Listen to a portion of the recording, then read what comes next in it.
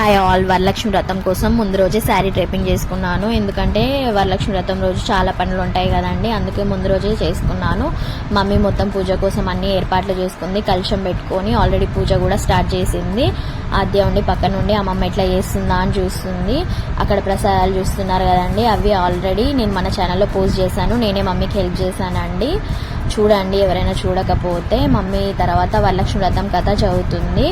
ఆ కథ చదివేటప్పుడు చిన్నోడు కూడా మన కన్నయ్య అమ్మమ్మ దగ్గరికి వెళ్ళి కూర్చున్నాడు. కథ వింటున్నాడా మరి వాళ్ళ అక్కని చూస్తున్నాడో అర్థం అవ్వట్లేదు.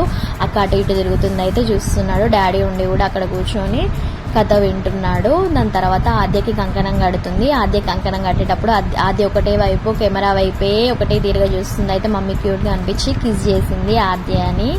దాని తర్వాత మమ్మీ డాడీ ఆద్య కలిసి ముగ్గురు అమ్మవారికి హారతి ఇచ్చిండ్రండి. హారతి ఇచ్చిన తర్వాత మమ్మీ కొబ్బరికాయ కొట్టింది అమ్మవారికి.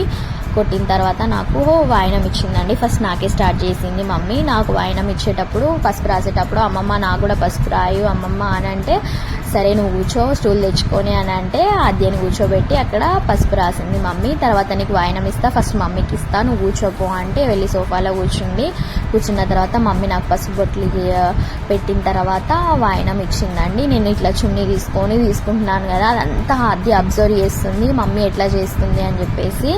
తర్వాత తను కూర్చొని వాయనం తీసుకోవడానికి చూడండి, అక్కడ మీరు కూడా అబ్జర్వ్ చేయండి, తను ఫ్రాక్ తీస్తుంది. ఫ్రాక్లో తీసుకోవడానికి అట్లా చేసేసరికి మా మమ్మీకి క్యూట్గా అనిపించింది.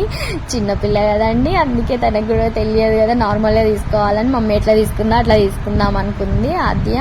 అందుకే మమ్మీ క్యూట్గా అనిపించి మళ్ళీ కూడా కిస్ చేసింది ఆద్యని.